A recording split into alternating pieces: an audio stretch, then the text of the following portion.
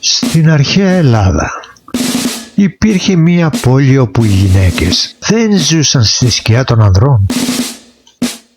Δεν ήταν κλεισμένες στο σπίτι. Δεν ήταν σιωπηλές.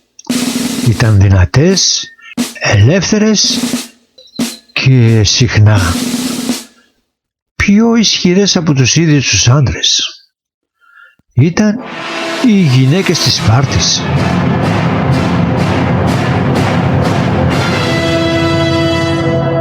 Ξέχνα όσα ήξερες για τις γυναίκες στην αρχαιότητα. Στην αρχαία Αθήνα, μία γυναίκα που έτρεχε δημόσια θεωρούταν σκάνδαλο. Όμως οι Σπαρτιάτισσες μεγάλωναν διαφορετικά. Γυμνάζονταν, μιλούσαν με θάρρος. Καλώς ήρθατε στον κόσμο της Σπαρτιάτισσας.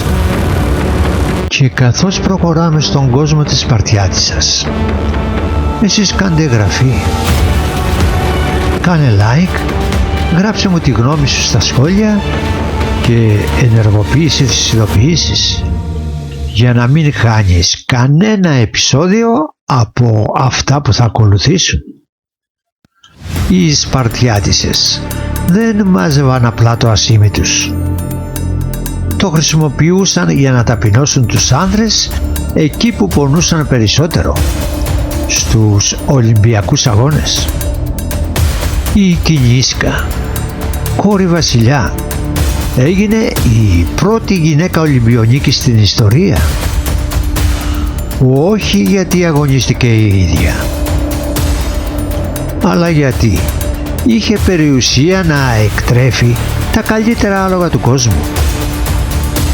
Ήταν ένα σαφές μήνυμα. Στη Σπάρτη το χρήμα και η δύναμη δεν έχουν φύλο. Στην υπόλοιπη Ελλάδα το πεπρωμένο της ήταν σιωπή και αργαλιός. Αλλά αν περπατούσες στους δρόμους της Σπάρτης θα έβλεπες κάτι που θα σου έκοβε την ανάσα. Ενώ στην υπόλοιπη Ελλάδα οι γυναίκες ήταν περιορισμένες στο σπίτι, οι Σπαρτιάτισσες ήταν οι πραγματικές διαχειρίστριες του πλούτου. Ενώ οι Αθηναίες δεν μπορούσαν να αγοράσουν ούτε έναν δούλο, οι Σπαρτιάτισσες κατήχαν το 40% της γης και έλεγχαν τις τύχες των ανδρών τους. Στην Αθήνα, για παράδειγμα, οι γυναίκες σπάνια έβγαιναν από το σπίτι. Δεν ψήφιζαν, δεν συμμετείχαν στην πολιτική. Ο ρόλος τους ήταν απλός: να μεγαλώνουν παιδιά και να φροντίζουν το σπίτι. Ακόμα και οι πλούσιες γυναίκες ζούσαν σχεδόν απομονωμένες. Στην Σπάρτη όλα ήταν διαφορετικά. Έτσι οι γυναίκες διοικούσαν την οικονομία των οικογενειών. Γι' αυτό πολλοί αρχαίοι συγγραφείς έλεγαν ότι οι Σπαρτιάτισσες ήταν υπερβολικά ισχυρές. Ο φιλόσοφος Αριστοτέλης μάλιστα κατηγόρησε τη Σπάρτη ότι οι γυναίκες είχαν υπερβολική επιρροή. Ποιος διοικούσε πραγματικά τη Σπάρτη όσο οι άντρες έλειπαν στο πόλεμο? Εκείνες διοικούσαν τα σπίτια, τη γη και τον πλούτο. Οι πιο πλούσιες και ισχυρές γυναίκες του αρχαίου κόσμου. Ο Αριστοτέλης τις κατηγόρησε ότι κατέστρεψαν τη Σπάρτη. Ο λόγος: είχαν περισσότερο πλούτο και ελευθερία από όσο μπορούσε να αντέξει η εποχή. Ο Αριστοτέλης ήταν ξεκάθαρος: η Σπάρτη καταστρέφεται από τις γυναίκες της. Ενώ ο υπόλοιπος αρχαίος κόσμος τις ήθελε κλεισμένες στο σπίτι. Οι Σπαρτιάτισσες κυβερνούσαν με το χρήμα, κατήχαν το 40% της γης, διαχειρίζονταν τις περιουσίες και ήταν διακοσμητικά στοιχεία. Ήταν αθλήτριες και κυριαρχούσαν στους στίβους, ήταν ιδιοκτήτριες γης, ήταν η ραχοκοκαλιά της πιο τρομακτικής πολεμικής μηχανής που γνώρισε ποτέ ο κόσμος. Η παιδεία των Σπαρτιάτισσών. Στη Σπάρτη οι γυναίκες εκπαιδεύονταν από μικρές, όχι μόνο στην ανάγνωση και τη μουσική, αλλά και στη γυμναστική. Ο ιστορικός Πλούταρχος γράφει ότι οι Σπαρτιάτισσες ασκούνταν για να γίνουν δυνατές μητέρες πολεμιστών. Οι Σπαρτιάτισσες πίστευαν κάτι απλό: δυνατοί μητέρες, δυνατοί πολεμιστές. Οι Σπαρτιάτισσες ήταν οι μόνες γυναίκες στην αρχαιότητα που κέρδισαν σε Ολυμπιακούς αγώνες, όχι τρέχοντας οι ίδιες, αλλά ως ιδιοκτήτριες νικηφόρων αλόγων. Στην αρχαία Αθήνα, μια γυναίκα που έτρεχε δημόσια θεωρούταν σκάνδαλο. Η εκπαίδευση. Περιγραφή της γυμναστικής δεν ήταν απλώς χόμπι, ήταν κρατική επιβολή. Αγώνες δρόμου, πάλι, δισκοβολία και ακόντιο. Έτρεχαν, πάλευαν, έκαναν ρήψεις δίσκου και ακοντίου. Οι υπόλοιποι Έλληνες το θεωρούσαν σοκαριστικό. Γιατί οι Σπαρτιάτισσες είχαν ένα μυστικό: ισχυρές μητέρες ίσον ανίκητοι πολεμιστές.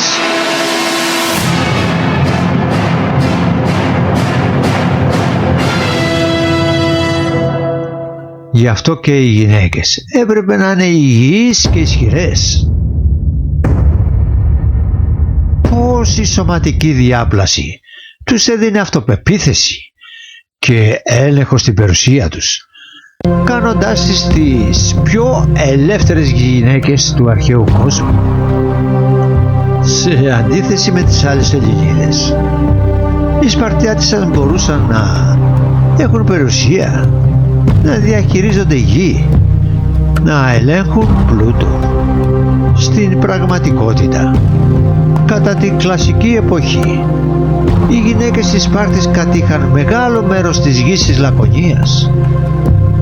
Αυτό ήταν πρωτοφανές για την αρχαιότητα. Οι άντρες βρίσκονταν συχνά σε εκστρατείες. Οι κληρονόμοι. Αν ένας πατέρας πέθαινε χωρίς γιους, η κόρη κληρονομούσε όλη την περιουσία, επίκληρος, κάτι που της έδινε τεράστια οικονομική δύναμη. Η απουσία των ανδρών.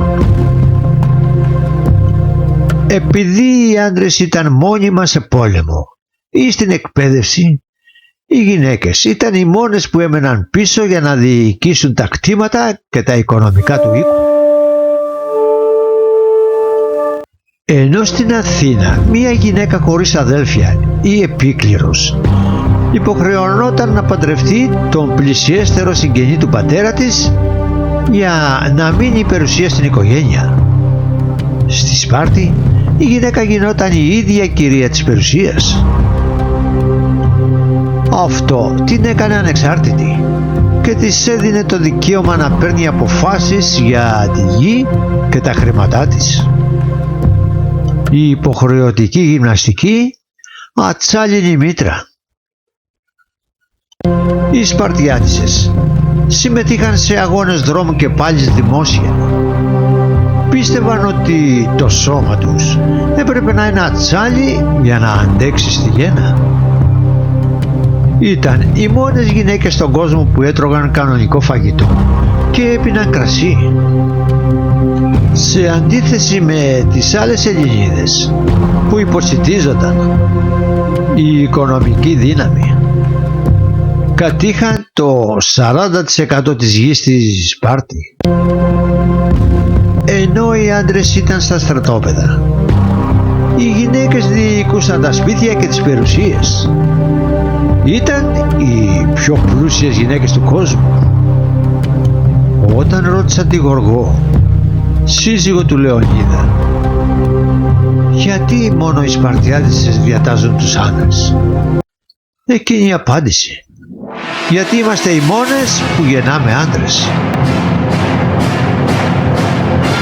Για τη Σπάρτη, η γυμναστική των γυναικών δεν ήταν χόμπι, ήταν ο νόμος. Ο Λικούργος, ο νομοθέτης της Σπάρτης, πίστευε κάτι απλό αλλά ριζοσπαστικό. Αν θέλεις αίτητους πολέμιους, πρέπει να τους γεννήσουν αίτητες μητέρες. Μια Σπαρτιάτισσα νικά έναν άνδρα στην πάλη ή να τρέχει πιο γρήγορα από όλους. Ενώ οι άλλες Ελληνίδες υποσιτίζονταν για να φαίνονται λεπτές και έθραυστες, οι Σπαρτιάτισσες έτρωγαν κρέας, έπιναν κρασί, προπονώντας την πάλη, τη δισκοβολία και το ακόντιο. Γιατί μία αδύναμη γυναίκα θα έφερνε στον κόσμο έναν αδύναμο στρατιώτη, και στη Σπάρτη η αδυναμία ήταν θάνατος. Το μυστικό της δύναμής τους βρισκόταν στους νόμους της κληρονομιάς. Αν ένας Σπαρτιάτης πέθανε χωρίς γιο, η κόρη του δεν ήταν απλά μία μεσολαβήτρια, γινόταν η απόλυτη κληρονόμος. Μέσα σε λίγες γενιές οι γυναίκες κατέληξαν να ελέγχουν σχεδόν τη μισή λακωνική γη. Φανταστείτε την οργή των υπολείπων Ελλήνων όταν έβλεπαν τις γυναίκες να διαχειρίζονται περιουσίες που θα ζήλευαν και οι βασιλιάδες. Η σκληρή αγάπη της Σπαρτιάτισσας. Στην υπόλοιπη Ελλάδα οι μητέρες έκλαιγαν όταν οι γη τους έφευγαν για τον πόλεμο. Στη Σπάρτη τους έδιναν μια εντολή που έμεινε στην ιστορία. Δίνοντάς του τη βαριά σπίθα, η μάνα του έλεγε «Ήταν η επιτάς». Δηλαδή, γύρνα με την ασπίδα σου ή επάνω σε αυτή. Με άλλα λόγια, νίκη ή θάνατος. Η δειλία δεν ήταν επιλογή. Τι σήμαινε αυτό? Να γυρίσεις με αυτή νικητής ή επάνω σε αυτή νεκρός. Δεν υπήρχε τρίτη επιλογή. Δεν υπήρχε χώρος για δειλούς. Αν ένας γιος γύριζε χωρίς την ασπίδα του, σημάδι ότι την πέταξε για να τρέξει γρήγορα. Η ίδια η μάνα του τον αποκήρυζε δημόσια. Οι πιο διάσημες Σπαρτιάτισσες. Μερικές γυναίκες της Σπάρτης μείνανε στην ιστορία. Η Βασίλισσα Γοργό, σύζυγος του Λεωνίδα, στέκεται επιβλητικά σε μια πολιτική συγκέντρωση περιτριγυρισμένη από άντρες που την ακούνε με σεβασμό. Η δύναμή τους δεν περιοριζόταν στο σπίτι. Είχαν πολιτική άποψη και την εξέφραζαν. Λέγεται ότι μία γυναίκα από άλλη πόλη ρώτησε τη Γοργό, τη σύζυγο του Λεωνίδα των 300, γιατί μόνο εσείς, οι Σπαρτιάτισσες, διατάζετε τους άντρες σας? Γιατί είμαστε οι μόνες που γεννάνε άντρες. Φεμινισμός ή πολεμική μηχανή? Ήταν λοιπόν η Σπάρτη μια φεμινιστική ουτοπία? Η απάντηση είναι περίπλοκη. Οι Σπαρτιάτισσες είχαν ελευθερίες που οι άλλες γυναίκες ούτε που ονειρεύονταν. Αλλά αυτή η ελευθερία είχε ένα σκληρό αντίτιμο, την απόλυτη αφοσίωση στο κράτος. Γυμνάζονταν όχι για την ομορφιά, αλλά για το πόλεμο. Μόρφωναν τα παιδιά τους όχι για τη ζωή, αλλά για το θάνατο στο πεδίο της μάχης. Ήταν οι πιο ελεύθερες γυναίκες του κόσμου. μέσα στη πιο σκληρή φυλακή της πειθαρχίας, ο φόβος των άλλων Ελλήνων. Οι άλλοι Έλληνες συχνά κορόιδευαν τη Σπάρτη για την ελευθερία των γυναικών. Κάποιοι έλεγαν ότι οι Σπαρτιάτισσες ήταν υπερβολικά δυναμικές. Όμως ταυτόχρονα τις φοβόντουσαν, γιατί ήταν μια κοινωνία που δημιουργούσε τέτοιες γυναίκες. Δημιουργούσε και τους πιο φοβερούς πολεμιστές της Ελλάδας, η παρακμή της Σπάρτης. Μετά το 4ο αιώνα π.Χ. η Σπάρτη άρχισε να χάνει τη δύναμή της. Οι πολέμοι, οι απώλειες και οι οικονομικές αλλαγές αποδυνάμωσαν το κράτος και μαζί με τη Σπάρτη χάθηκε και ο μοναδικός κόσμος των Σπαρτιάτισσών. Όμως η φήμη τους έμεινε. Οι κυρίες της Σπάρτης, παρά τις κατηγορίες του Αριστοτέλη, οι Σπαρτιάτισσες απέδειξαν ότι η δύναμη δεν είναι θέμα φύλου. Ήταν οι μόνες γυναίκες στην αρχαιότητα που μπορούσαν να περπατούν ελεύθερα, να διαχειρίζονται περιουσίες και να γίνονται Ολυμπιονίκες. Αν νομίζεις ότι οι γυναίκες στην αρχαιότητα ήταν μόνο για το σπίτι, η Σπάρτη μόλις σου άλλαξε τη γνώμη. Ποια άλλη κρυφή ιστορία από την αρχαία Ελλάδα θέλεις να ανακαλύψουμε? Γράψε μου στα σχόλια και κάνε εγγραφή για να μην χάσεις την επόμενη ανατροπή. Εσείς οι Αθηναίοι κρύβετε τις γυναίκες σας πίσω από τους τοίχους. Στη Σπάρτη εμείς αναπνέουμε τον ίδιο αέρα με τους άντρες. Τρέχουμε κάτω από τον ίδιο ήλιο και κατέχουμε τη γη που πατάμε. Γι' αυτό μόνο εμείς γεννάμε αληθινούς άντρες. Στην αρχαία Ελλάδα υπήρχαν πολλές πόλεις. Αθήνα, Θήβα, Κόρινθος. Αλλά μόνο μία είχε γυναίκες σαν αυτές. Γυναίκες που μιλούσαν με θάρρος. Γυναίκες που διαχειρίζονταν πλούτη. Γυναίκες που μεγάλωναν πολεμιστές. Οι Σπαρτιάτισσες δεν ήταν απλώς μητέρες. Ήταν η ψυχή της Σπάρτης. Και ίσως οι πιο ισχυρές γυναίκες ολόκληρης της αρχαιότητας. Η αντίθεση με το σήμερα. Ήταν οι Σπαρτιάτισσες οι πρώτοι πραγματικά χειραφετημένες γυναίκες ή απλά μέρος ενός σκληρού συστήματος που χρειαζόταν τη δύναμή τους?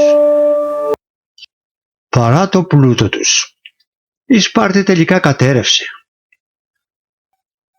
Μήπως είχε δίκιο ο Αριστοτέλης?